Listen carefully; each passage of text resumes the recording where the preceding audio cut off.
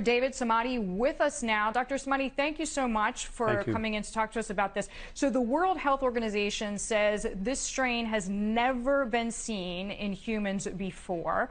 So how can people protect themselves and their loved ones from it? So this is a developing story, as you mentioned, and we've had a lot of experience with this kind of similar virus, not exactly the same. These are the kind of viruses, we call them coronaviruses, Deidre. And what they normally do, patients present with high fever, chills, rigors, and mainly difficulty with breathing. And the message to a lot of people out there, especially during the flu season, it could be very confusing. If you have any of these symptoms, you need to go and get checked, and you need to go to the emergency room.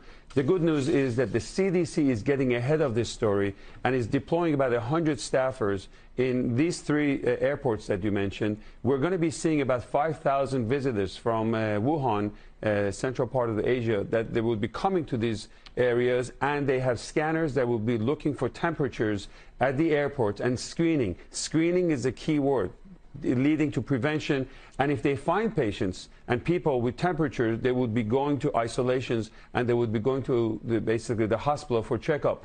Now, the only critical part of this and the criticism of this program is the fact that you may find patients that may have fever for other reasons, and you would put them on isolation for no reason. And also there's an incubation period of 2 weeks, meaning that they may be exposed to this, but they may not have the temperature, and they would be coming in to the country.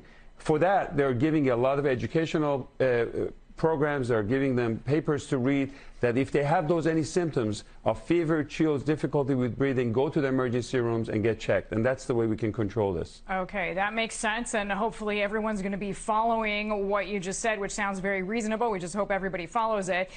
Speaking of effective treatment, big